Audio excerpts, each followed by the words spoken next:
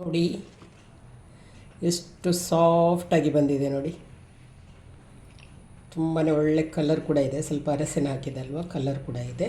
ಹೊತ್ತು ಏನಾದರೂ ತಿಂಡಿದ್ರೆ ಖುಷಿ ಆಗ್ತದಲ್ವಾ. ಹೌದು, ಇದು ಗೋಳಿ ಬಜ್ಜಿ ಥರ ಆಗಿತ್ತು ಕ್ರಿಸ್ಪಿ.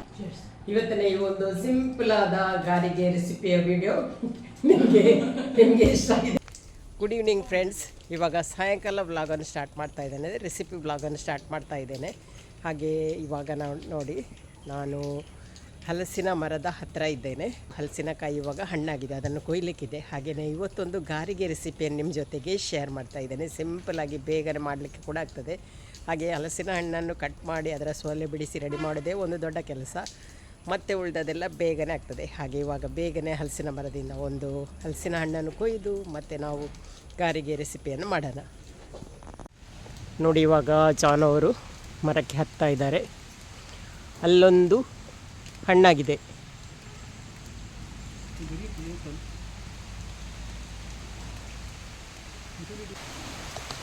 ಇವಾಗ ನೋಡಿ ಹಲಸಿನ ಹಣ್ಣನ್ನು ತೆಗೆದು ಕೆಳಗಿಳಿತಾ ಇದ್ದಾರೆ.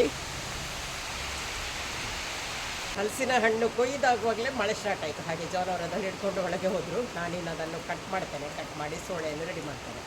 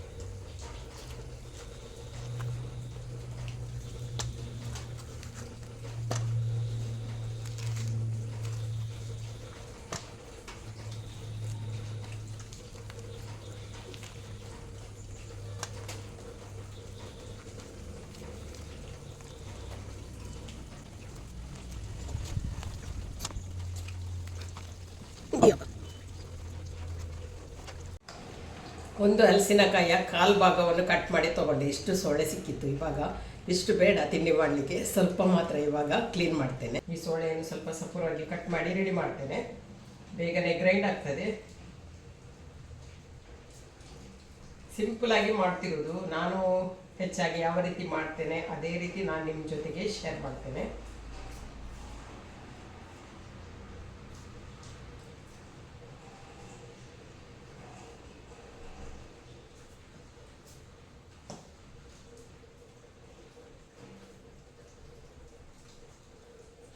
ಈ ಹಲಸಿನ ಹಣ್ಣು ಆಗುವ ಟೈಮಲ್ಲಿ ನಮಗೆ ಯಾವ ಥರದ ತಿಂಡಿ ಎಲ್ಲ ಹಲಸಿನ ಹಣ್ಣಲ್ಲಿ ಮಾಡಲಿಕ್ಕೆ ಆಗ್ತದೆ ಅದನ್ನೆಲ್ಲ ಮಾಡಬೇಕು. ಯಾಕೆಂದರೆ ನಾವು ಯಾವ ಯಾವ ಸೀಸನಲ್ಲಿ ಯಾವ ಯಾವ ಹಣ್ಣಾಗ್ತದೆ ಅದನ್ನು ತಿಂದರೆ ಆರೋಗ್ಯಕ್ಕೆ ಒಳ್ಳೆಯದು. ಕೆಲವರು ಹೇಳ್ತಾರೆ ಮಳೆ ಬಂದ ಮೇಲೆ ತಿನ್ನಬಾರ್ದು ಹಾಗೆ ಹೀಗೆ ಅಂತ.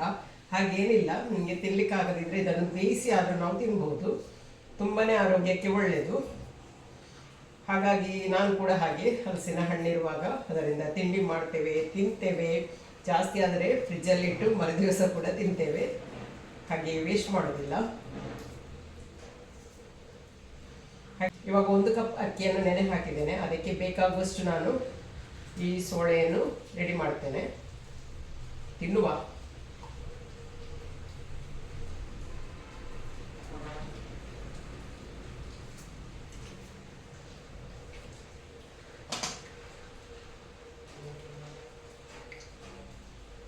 ನಾನು ತಿನ್ನುವಾಗ ನೀವು ಆಸೆ ಹಾಕಬೇಡಿ ಆಯಿತಾ. ಕೆಲವರಿಗೆ ಸಿಗುವುದಿಲ್ಲ ಹಲಸಿನ ಹಣ್ಣು. ನಮ್ಮ ಹಳ್ಳಿಯಲ್ಲೆಲ್ಲ ಆದರೆ ಮನೆಯಲ್ಲೇ ಆಗ್ತದೆ.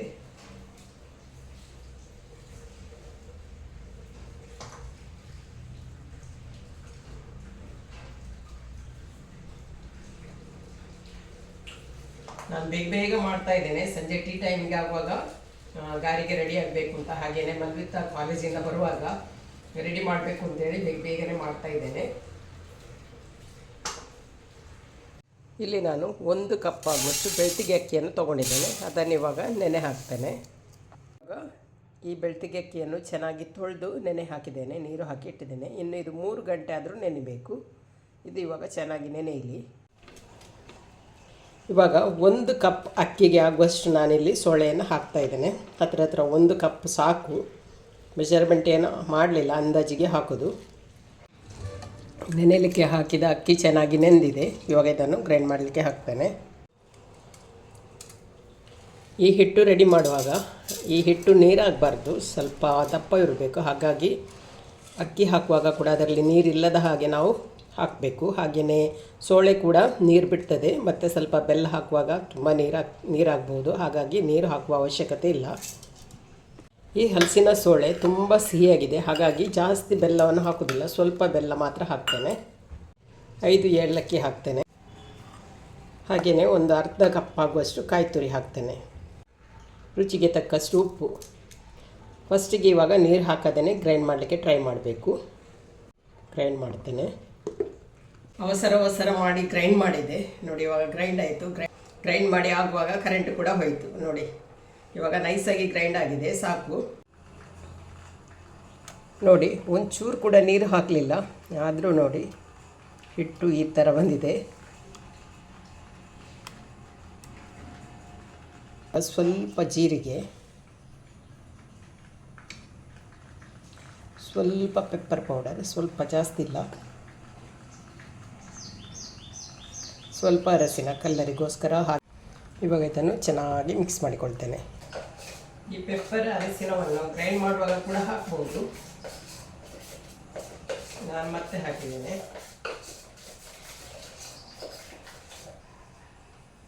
ಇವಾಗ ನೋಡಿ ಮಿಕ್ಸ್ ಮಾಡಿ ರೆಡಿ ಆಯಿತು. ಇನ್ನು ಬೇಗನೆ ಎಣ್ಣೆ ಕಾಯಿಸ್ಲಿಕ್ಕೆ ಇಡ್ತೇನೆ. ಹಾಗೆಯೇ ಗಾರಿಗೆ ಫ್ರೈ ಮಾಡ್ತೇನೆ. ಬನಲೆಯನ್ನು ಬಿಸಿ ಮಾಡಲಿಕ್ಕೆ ಇಟ್ಟಿದ್ದೇನೆ, ಅದಕ್ಕೆ ಎಣ್ಣೆಯನ್ನು ಹಾಕ್ತೇನೆ.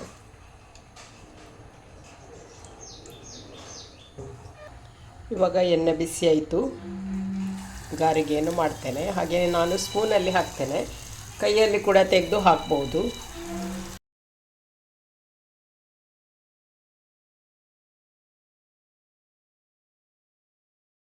ಇವಾಗ ನೋಡಿ ಹಾಕಿದ ಕೂಡಲೇ ಮೇಲಕ್ಕೆ ಬಂದಿತ್ತು. ಹಾಗೆ ಸ್ಟಾರ್ಟಿಂಗಲ್ಲಿ ಸ್ವಲ್ಪ ನಾನು ಫ್ಲೇಮ್ ಜಾಸ್ತಿ ಇಟ್ಟೆ, ಬೇಗನೆ ಕಪ್ಪಗಾಯಿತು. ಹಾಗೆ ಇವಾಗ ಗ್ಯಾಸ್ ಫ್ಲೇಮನ್ನು ಕಡಿಮೆ ಮಾಡಿದ್ದೇನೆ.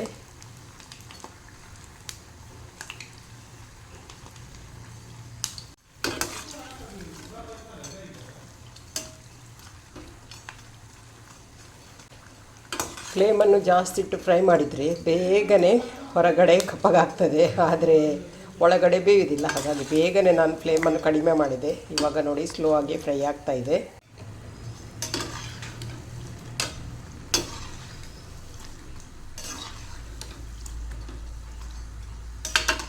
ನೋಡುವಾಗ ಗೋಳಿ ಬಜೆ ಥರ ಕಾಣ್ತಾ ಇದೆ, ಅಷ್ಟು ಸಾಫ್ಟಾಗಿ ಬಂದಿದೆ. ಇವಾಗ ಇದು ಸಾಕು, ತೆಗಿತೇನೆ.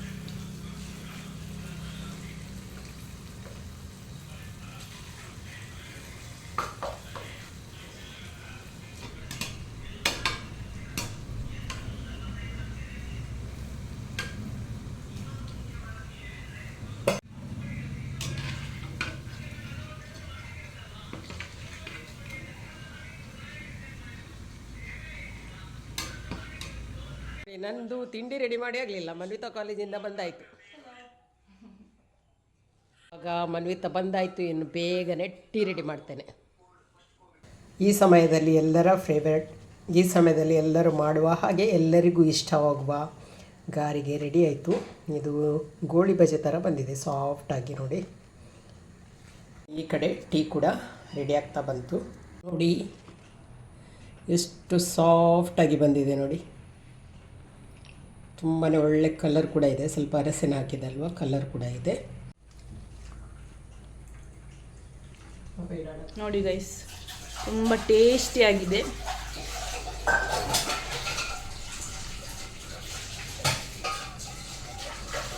ರುಚಿಯಾದ ಗಾರಿಗೆ ರೆಡಿ ಆಯಿತು. ನಾನು ಸ್ವಲ್ಪ ಮಾಡಿದ್ದು, ಒಮ್ಮೆಲೆ ಮುಗಿಬೇಕು, ನಮಗೆ ಮೂವರಿಗೆ ಅಲ್ವಾ, ಸ್ವಲ್ಪ ಮಾಡಿದೆ. ಹಾಗೇನು ಮಾಡಿದ್ದು ಕೂಡ ತುಂಬ ಟೇಸ್ಟಾಗಿ ಚೆನ್ನಾಗಿ ಬಂದಿದೆ, ಖುಷಿಯಾಯಿತು.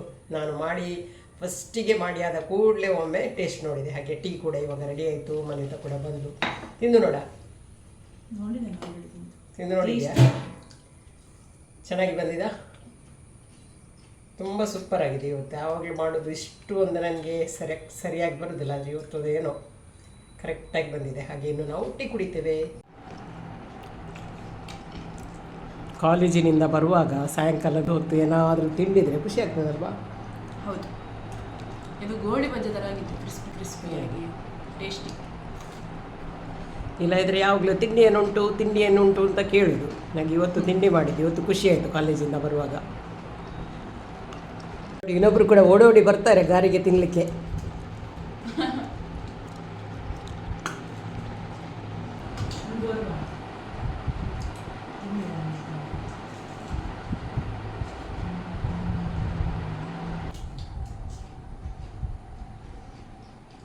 ಇವತ್ತಿನ ಈ ಒಂದು ಸಿಂಪಲ್ ಆದ ಗಾರಿಗೆ ರೆಸಿಪಿಯ ವಿಡಿಯೋ ನಿಮಗೆ ಇಷ್ಟ ಆಗಿದೆ ಅಂತ ಅಂದ್ಕೊಳ್ತೇನೆ. ಇಷ್ಟ ಆದರೆ ಲೈಕ್ ಮಾಡಿ, ಶೇರ್ ಮಾಡಿ, ಅದೇ ರೀತಿ ಸಬ್ಸ್ಕ್ರೈಬ್ ಮಾಡೋದರ ಮೂಲಕ ಚಾನಲ್ಗೆ ಸಪೋರ್ಟ್ ಮಾಡಿ. ಇನ್ನೊಂದು ವಿಡಿಯೋದೊಂದಿಗೆ ಸಿಗ್ತೇನೆ. ತನಕ ಬಾಯ್ ಬಾಯ್.